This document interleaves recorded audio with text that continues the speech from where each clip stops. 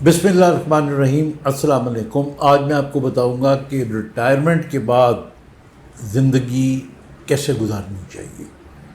अब इसके अंदर मेरा जो इल्म है वो भी शामिल है और मेरा अपना एक्सपीरियंस भी शामिल है। और मेरा बल्कि मैं नीपा में एक लेक्चर दिया करता था जो CSS की एकेडमी है, और उसका हेडिंग हुआ करती थी how to spend a beautiful life after retirement. तो कहने का मेरा मतलब है कि हमारी जो ज़िंदगी होती है ना, वो एक फ़ेज़ होता है जब तक हम पढ़ते हैं, लिखते हैं, कुछ बनते हैं, और एक दिन आता है कि जब हम नौकरी करते हैं और नौकरी शुरू करते हैं, भले हम पुलिस में हों, CSS करें, डॉक्टर बने, इंजीनियर बने, कुछ भी करें, यहाँ से हमारी ज़िंदगी का दूसरा फ़ेज़ शुरू होता है। और ये फ़ेज़ अगर हम नौकरी करने वाले लोग हैं तो ये चलता चलता चलता 60 साल की उम्र में जब रिटायरमेंट का वक्त आता है तो उस वक्त ये फ़ेज़ ख़त्म होता है, और रिटायरमेंट के बाद आप बिल्कुल एक थर्ड फेज़ में दाखिल हो जाते हो। वो सारी एक्टिविटी जो आप किया करते थे वो स्टैंड स्टिल हो जाती है। वो जो आपका रोब दबदबा होता है वो कम हो जाता है। मैंने अपनी आंखों से अपने दफ्तरों में मैंने बहुत बड़े बड़े ऑफिसर्स जो CSS के थे, जो सेक्रेटरी लेवल से भी ऊपर थे, उनको मैंने देखा है कि जी पोस्ट रिटायरमेंट कईयों ने ख़ुद को मेंटेन किया हुआ है, पर कईयों ने बिल्कुल नहीं किया हुआ होता। इसी तरह बहुत से लोग जब रिटायरमेंट की उम्र के करीब पहुंचते हैं और रिटायरमेंट हो जाती है उनकी, तो अब उनको 3-4 तरीक़ों से मैं उनको देखता हूँ। एक तो मैंने तबका देखा है कि रिटायरमेंट के बाद जो उसको ग्रेजुटी मिलती है या उसको जो पैसे मिलते हैं, वो उन पैसों को उसको लगता है कि अब मेरी चूँकि तनख्वाह कम हो जाएगी और मेरी एक्टिविटीज़ भी कम हो जाएंगी, तो मैं इसको कहीं पे लगा दूँ, या तो वो बैंक में जमा करा देती हैं, which I believe is a fair thing, या किसी ऐसी स्कीम के अंदर जो गवर्नमेंट की हो। और कई लोग मेरे ख्याल में ये गलती करते हैं कि वो जो पैसे होते हैं सारे के सारे वो किसी की बिज़नेस में डाल देते हैं जिसका उनको तजर्बा नहीं होता, और वो ये कैच है जहाँ पे वो मार खाते हैं। तो इसलिए I think you should think 3-4 times before spending this money into even. कई दफ़ा मैंने देखा कि अपना बेटे का काम नहीं चल रहा तो अब्बा जी तुसी ये कर दो तो हो जाएगा। Well, your money is your money in old age. आप वरना मस्कीन लगना शुरू हो जाती हो। तो save your money, keep your money with you, don't give it to anybody. बेटा है तो वो मेहनत करे ना, कमाए ना। अब प्लीज़ इसको नेगेटिवली ना सोचिएगा, लेकिन मतलब आप अपना, तो ये उसूल नंबर 1 है कि रिटायरमेंट के बाद अपनी जो ग्रेजुटी या ये जितनी भी चीज़ें हैं इनको रखें, और अपना जो भी उसके अंदर एक लाइफस्टाइल बन सकता है उसके मुताबिक आप अपनी ज़िंदगी गुजारें। नंबर 2, वो तमाम लोग जो रिटायरमेंट के बाद बिज़ी हो सकते हैं और बग़ैर रिस्क करने वाली इन्वेस्टमेंट के उनको बिज़ी होना चाहिए। जैसे हम डॉक्टर्स हैं, हमें तो फ़र्क ही नहीं पड़ता, बल्कि मैं रिटायरमेंट के बाद और ज़्यादा बिज़ी हो गई हूँ। पहले मैं एक वक्त प्रैक्टिस करता था, अब मैं 2 टाइम पे कर सकता हूँ। इसी तरह इंजीनियर्स है, इसी तरह और टेक्निकल लोग होती हैं, जो लॉयर्स हैं, they never get old, they never retire, इसी।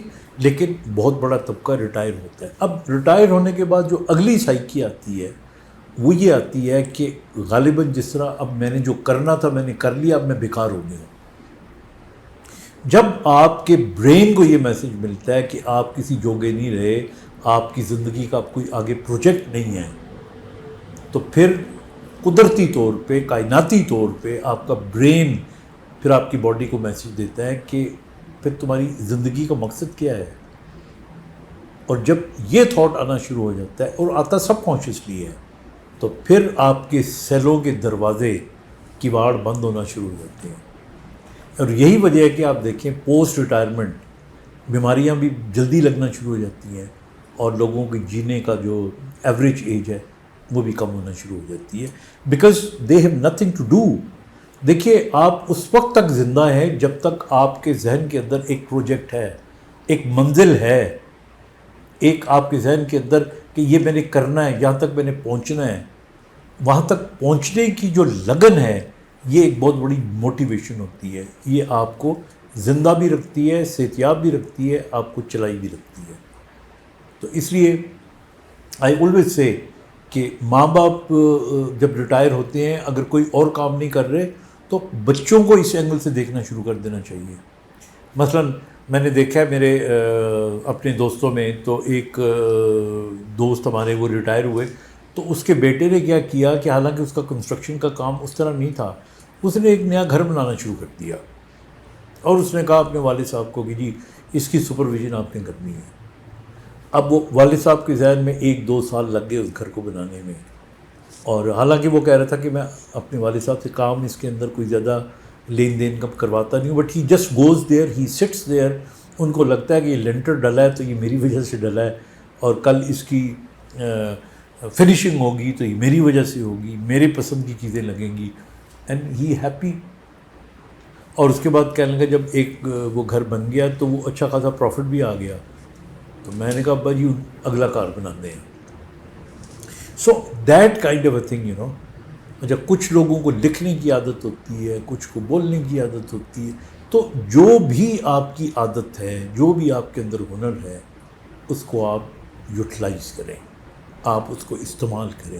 اور سب سے بڑا بڑھاپے کا اور بڑھاپے میں تندرست رہنے کا اور پراسپرس زندگی گزارنے کا, ہیپی زندگی گزارنے کا یہی طریقہ ہے.